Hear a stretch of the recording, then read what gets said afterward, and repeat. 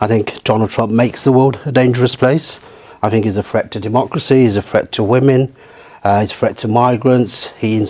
America keeps you safe, keeps me safe, keeps every single one of us safe every single day because of really, you only get to enjoy the freedoms. All of us in the West are part of NATO, largely because America supports our defence. I think that's so patronising when you're telling me that I benefit from this.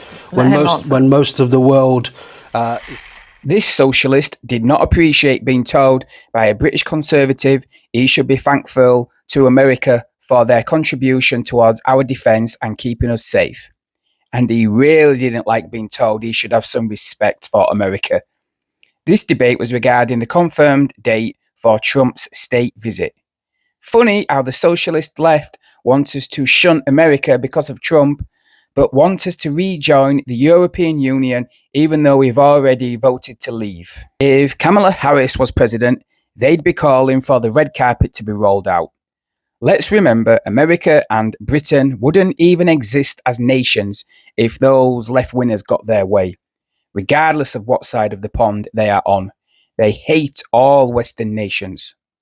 Regardless of what anyone thinks of Trump, he is the elected president of our closest ally, and obviously we'd sooner them the dominant country in the world than, let's say, China and their allies. All this guy did was rip into America for its behaviour around the world and rip into Britain's complicity in helping them. He said America is responsible for terrorism here in the UK. Well, I agree, America's and Britain's meddling in the Middle East has created terrorism. But our open borders and obsession with multiculturalism is the cause of it. We wouldn't have those issues if we didn't happily import it. We recently thwarted a plan to blow up the Israeli embassy by some illegal immigrants. Why were they in the country in the first place is the question to ask. He even said Trump is a threat to women. I'm pretty sure he's not as big a threat as all the illegal immigrants coming into the country from third world nations where women have almost zero rights. Illegal immigrants, people like Mr. Rahman, welcome with open arms in unlimited numbers. The fact is, none of this matters in the end. Regardless of what the lefties think, Trump will come for a state visit and it will be a massive deal watched by millions. Anyway, take a watch. I think it's interesting that both the panellists say that the world is in a dangerous place. I think Donald Trump makes the world a dangerous place. I think he's a threat to democracy, he's a threat to women, he's a threat to migrants. He incited an insurrection when he was president last time. And I don't think we should be rolling out red carpet for a man who has no regard for human rights, just like he doesn't. I think this is a propaganda trip. This is one for his own publicity, for the most publicity-hungry man on earth. And I understand the relationship and between the US and Britain, but just recently he bullied the UK on tariffs. Starmer, Badenoch, Farage, I just think they're going out of their way to kiss his backside, and I don't think the British people, at their expense as well, really want him to come here. So even though he's the American president, and as we were saying, obviously we don't get to elect him, that's who the American people have elected. Exactly, but this is an unprecedented visit in the way that it's being done, and it's at the cost of a taxpayer as well, and I'd like to know what it's going to cost us.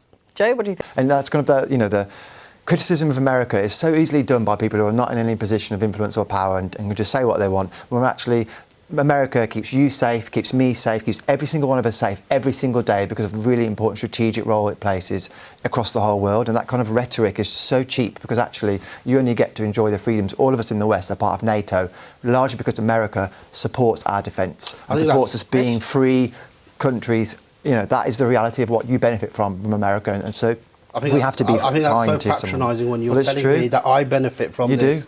When most of the world is put in a dangerous place. America has been quite unpopular around the world because of the wars that it leads around the world, the unsuccessful wars as well, whether it's Iraq, whether it's Afghanistan, whether it's Syria, and whether it's backing the war in Palestine with the Israelis. So I just do not accept that because America happens to be confronting these, and Britain seems to be a junior ally in this, that this keeps us safe.